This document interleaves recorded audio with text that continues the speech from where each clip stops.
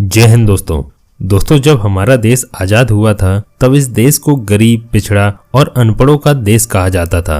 और हाँ, तब यह बात बिल्कुल सही भी थी। परंतु जैसे जैसे समय बीतता गया हमारा देश नई नई ऊंचाइयों की ओर बढ़ता रहा और आज हम सूर्य, चंद्रमा से लेकर मार्स तक का सफर पूरा कर चुके हैं।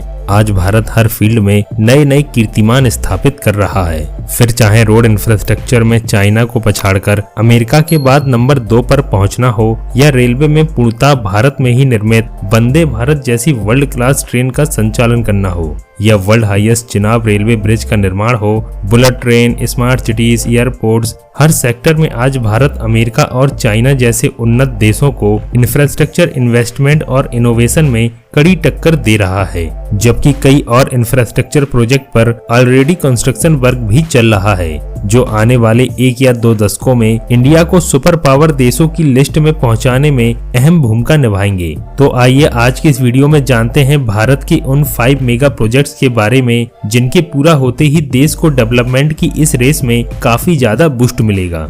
Number 5, Amritsar Delhi Kolkata industrial corridor. दोस्तों, आज हमारे देश में लगभग 11 नेशनल इंडस्ट्रियल कॉरिडोर प्रपोज्ड हैं और इन्हीं में से एक है अमृतसर दिल्ली कोलकाता इंडस्ट्रियल कॉरिडोर। यह भारत में एक प्लान और अपकमिंग कॉरिडोर है जो देश के 7 राज्यों पंजाब, हरियाणा, उत्तर प्रदेश, उत्तराखंड, बिहार, झारखंड और पश्चिम बंगाल के 20 शहरों से होकर गुजरेगा, जिसकी लिस्ट आप डिस्क्रिप्शन में जाकर देख सकते हैं। यह कॉरिडोर इसलिए भी खास होने वाला है क्योंकि जिन जगहों पर इस इंडस्ट्रियल जोन को डेवलप किया जाएगा वहां भारत की लगभग 40% आबादी रहती है और पूरी दुनिया में सबसे घनी आबादी वाले क्षेत्रों में से भी एक है। और यही एक मुख्य कारण है कि इस जोन में इंडस्ट्रीज और जॉब्स को बढ़ाने की जरूरत है, जिसको देखते हुए तत्कालीन वाणिज्य और उद्योग मंत्री पीयूष गोयल जी ने इसके फर्स्ट फेज के लिए 5,749 करोड़ रुपए प्रपोज किए हैं। Number 4, dedicated freight corridor. दोस्तों, डेडिकेटेड फ्रेट कॉरिडोर देश के लिए एक बहुत ही महत्वपूर्ण प्रोजेक्ट है, जिसके पूरा होने पर इकोनॉमी को बूस्ट मिलेगा और लॉजिस्टिक कॉस्ट को कम किया जा सकेगा। जैसा कि आप जानते हैं कि हमारा रेलवे नेटवर्क दुनिया का 4था सबसे बड़ा रेल नेटवर्क है, जिसके हिसाब से रेलवे रेवेन्यू भी काफी ज्यादा होनी चाहिए। परंतु खराब व्यवस्था और लैक ऑफ इंफ्रास्ट्रक्चर की वजह से हर साल हमारी रेलवे लॉस में जाती है और इसी चीज को बेहतर करने के लिए भारत सरकार डेडिकेटेड फ्रेट कॉरिडोर का निर्माण करा रही है। इस कॉरिडोर के अंतर्गत न्यू रेल लाइंस को बिछाया जा रहा है जो केवल कार्गो और फ्रेट के मूवमेंट के लिए ही होगी। आपको बताते चलें कि अभी हमारे देश में फ्रेट और पैसेंजर ट्रेन्स को एक ही ट्रैक पर चलाया जाता है, जिसके चलते काफी ज्यादा ट्रैफिक का सामना भी करना पड़ता है और इसी कारण से हमारी ट्रेन्स भी लेट होती हैं, जिसकी वजह से लॉजिस्टिक कॉस्ट तो बढ़ती ही है, साथ ही काफी टाइम की बर्बादी भी होती है।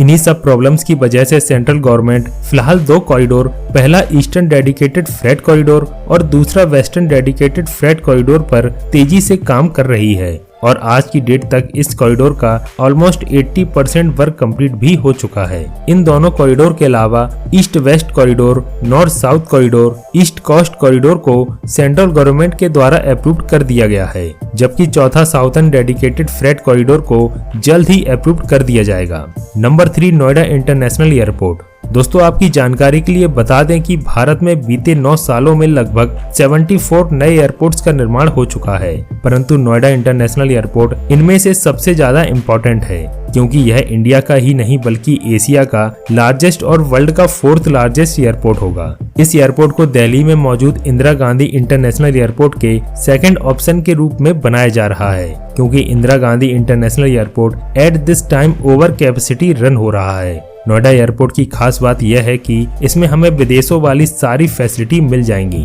जबकि एयरपोर्ट तक बेहतर कनेक्टिविटी के लिए एयरपोर्ट को हाई स्पीड रेल लाइन से भी जोड़ा जाएगा, जिसकी मदद से दिल्ली तक एयरपोर्ट की कनेक्टिविटी सीमलेस हो जाएगी। इसके अलावा नोएडा एयरपोर्ट भारत का ऐसा पहला एयरपोर्ट होगा जहां पॉड टैक्सी की सुविधा भी उपलब्ध होगी। अगर बात करें एयरपोर्ट पर मिलने वाली फैसिलिटी की, तो एयरपोर्ट पर logistic hub, warehouse hub, mall और पब जैसी हर एक फैसिलिटी प्रोवाइड की जाएगी।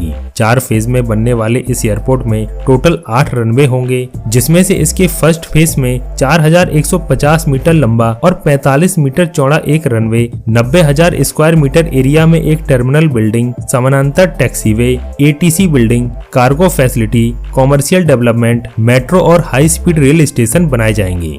Number 2 Kolkata Bangkok highway. दोस्तों आज जिस प्रकार भारत के अंदर नए नए एक्सप्रेसवेज और हाईवेज बन रहे हैं उससे हमारे देश की रोड कनेक्टिविटी काफी बेहतर हुई है और अब इस कनेक्टिविटी को इंटरनेशनल लेवल तक पहुंचाने के लिए 2800 किलोमीटर लंबा इंडिया के कोलकाता से म्यांमार होते हुए थाईलैंड में बैंकॉक तक एक 4 लेन हाईवे बनाया जा रहा है और इस हाईवे को India Myanmar Bangkok trilateral highway के नाम से भी जाना जाता है। अगर इस हाईवे के रूट को देखा जाए तो यह हाईवे इंडिया में कोलकाता सिलीगुड़ी गुवाहाटी कोहिमा होते हुए म्यांमार के रास्ते थाईलैंड में बैंकॉक को कनेक्ट करेगा। इस हाईवे का अब तक 70 से 75% वर्क कंप्लीट हो गया है और 2026 तक इस प्रोजेक्ट को कंप्लीट कर लिया जाएगा। आपको बता दें कि इस हाईवे को बनाने का सपना हमारे former prime minister Shri Atal Bihari Vajpayee ji ने साल 2002 में देखा था। उनका सपना था कि एशिया के 2 मेजर सिटीज कोलकाता और बैंकॉक को हाईवे के थ्रू कनेक्ट किया जाए जिससे इंडिया म्यांमार और थाईलैंड के बीच ट्रेड व्यापार और पर्यटन को बढ़ावा मिल सके।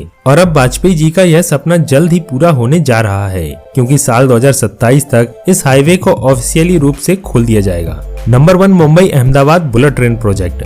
दोस्तों यह भारत का पहला बुलेट ट्रेन प्रोजेक्ट है जो कि देश की आर्थिक राजधानी मुंबई को अहमदाबाद से कनेक्ट करेगा। वर्तमान में इस प्रोजेक्ट की बात करें तो NHSRCL की देखरेख में इसका कंस्ट्रक्शन वर्क काफी तेजी से कंप्लीट किया जा रहा है और 508 किलोमीटर लंबे इस पूरे प्रोजेक्ट में से 100 किलोमीटर का पियर वर्क और 250 किलोमीटर में पाइलिंग वर्क भी कंप्लीट हो चुका है क्योंकि रेल मंत्रालय का टारगेट है कि साल 2026 तक गुजरात में सूरत से बिलमोरा तक बुलेट ट्रेन का ट्रायल शुरू किया जाए और साल 2027 तक मुंबई से अहमदाबाद के बीच पूरे रूट पर बुलेट ट्रेन को पब्लिक के लिए ओपन कर दिया जाए। इस पूरे कॉरिडोर में बुलेट ट्रेन मुंबई से अहमदाबाद के बीच टोटल 508 किलोमीटर की दूरी तय करेगी जिसमें यह अपनी मैक्सिमम स्पीड 320 किलोमीटर प्रति घंटे की रफ्तार से दौड़ेगी।